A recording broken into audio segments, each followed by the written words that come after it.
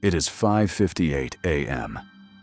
The alarm has not gone off yet, but you are already awake. Not because you set an early alarm, because 2 nights ago you decided something. You decided that tomorrow you would become a different person. The one who runs before sunrise. The one who reads instead of scrolls.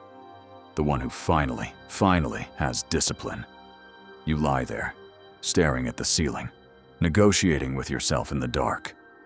5 more minutes. Just 5. You earned it. Yesterday was hard, and by the time the alarm actually rings, the decision has already been made. Not by your values, not by your goals, by something older, faster, and far more persuasive than either. Something that was making decisions for animals millions of years before humans invented the concept of a New Year's resolution. Here is the uncomfortable truth almost nobody tells you about discipline. It is not a moral quality. It is not a personality trait. It is not something you either have or do not have, like eye color or a talent for math. Discipline is a mechanism, and mechanisms can be engineered. For most of human history, we were told a lie about willpower. The lie goes like this: disciplined people simply want the hard thing more than undisciplined people do.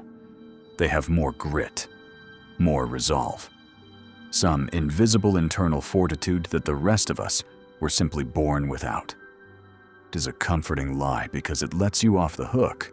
If discipline is a fixed trait, then your failures are not your fault. You just did not get the gene.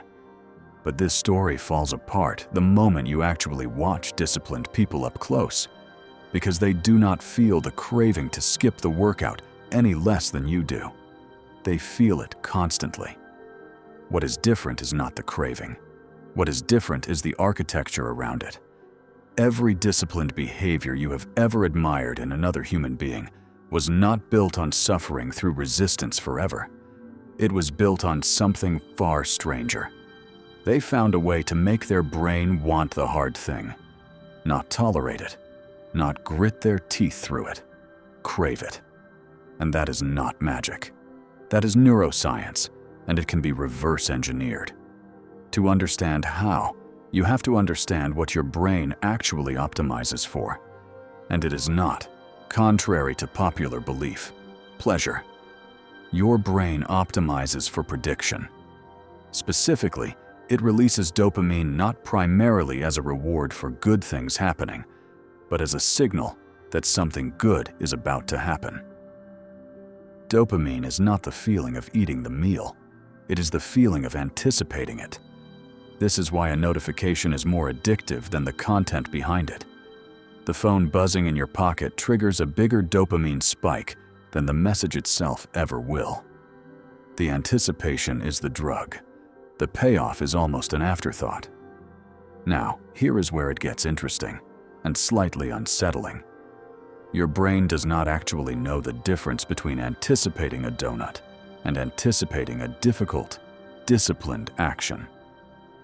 Dopamine does not care about the moral category of the behavior. It only cares about the prediction of reward, which means, in principle, you can train your nervous system to anticipate discipline the exact same way it currently anticipates a notification, a snack, or a scroll. Most people spend their entire lives accidentally training their brain to crave the wrong things, never once considering that the same mechanism, pointed deliberately, could be trained to crave the right ones. So how does this actually happen? How does a brain go from dreading the gym to genuinely wanting it? The answer lies in something behavioral scientists call the habit loop.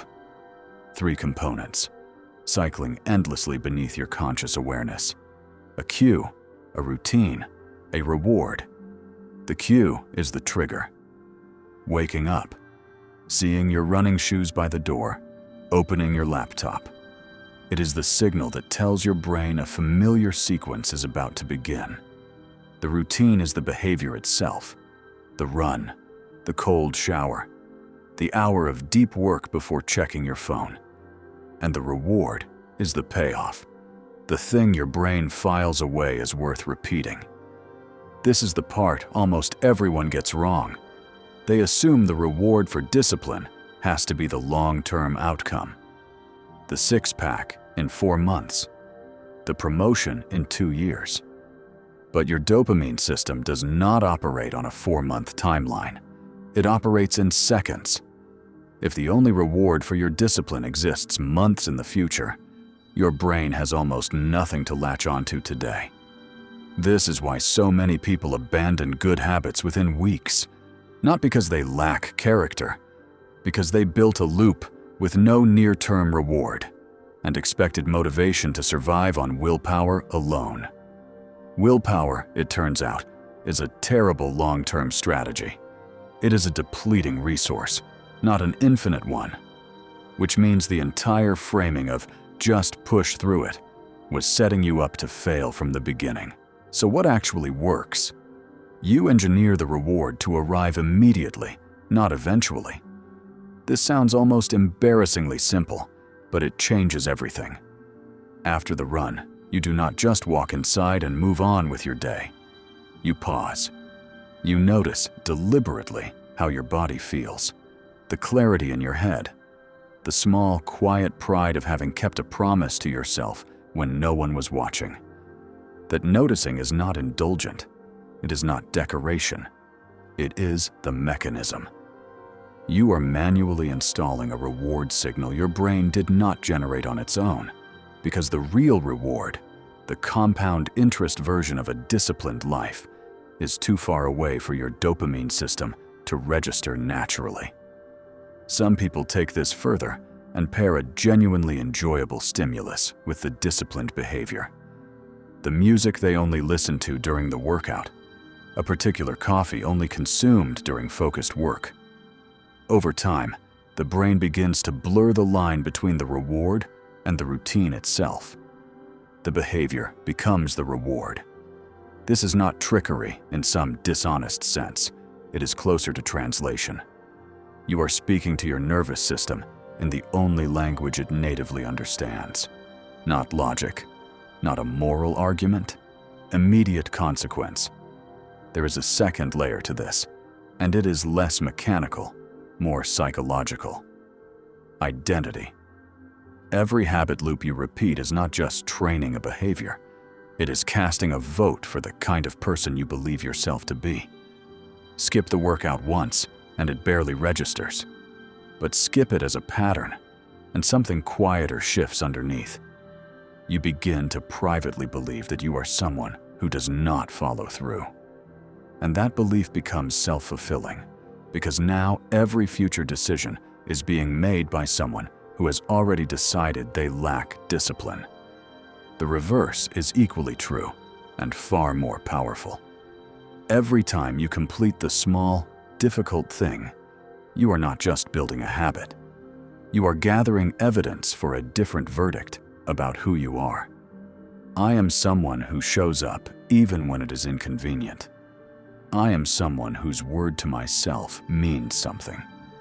This is why the smallest disciplined actions often matter more than the large dramatic ones.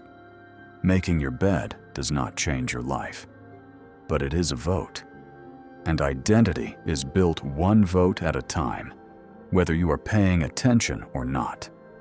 The people you admire for their discipline are not running on superhuman willpower. They are running on an accumulated identity, built vote by vote, until the disciplined choice simply became who they already believed themselves to be. At that point, discipline stops requiring effort in the way it once did, because you are no longer fighting your identity. You are simply acting in accordance with it. So here is what this actually looks like, starting today. Shrink the target. Do not begin with the version of discipline you see in other people's highlight reels. Begin with something almost insultingly small. 1 page, 1 push-up, 5 minutes. The goal is not the outcome. The goal is teaching your brain, through repetition, that the cue reliably leads to a completed routine. Confidence is built through completion, not intensity. Attach an immediate reward. After the small disciplined act, consciously register something good. Not a treat that undermines the behavior. A feeling. A pause. A moment of genuine acknowledgement that you did the thing you said you would do. Make the cue impossible to miss. Place the book on your pillow. Set the running shoes by the door the night before. Discipline is far easier to sustain when it depends on environment rather than memory or motivation, both of which are notoriously unreliable at 6 in the morning. And track your votes. Not your outcomes, your votes. A simple mark for every day you followed through, regardless of how small the action was. Watching the evidence accumulate becomes its own form of proof, and proof is far more persuasive to your nervous system than any amount of motivational language ever could be. Return now to 5:58 a.m., the ceiling, the negotiation in the dark.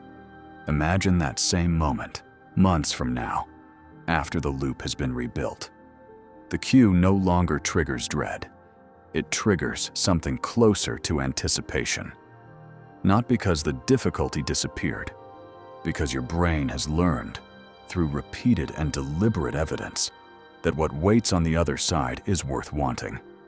You were never missing the gene for discipline. You were missing the architecture. And architecture, unlike character, can always be rebuilt. So the question is not whether you have what it takes. The question is what small, boring, repeatable vote you are willing to cast tomorrow morning, before you have the chance to talk yourself out of it.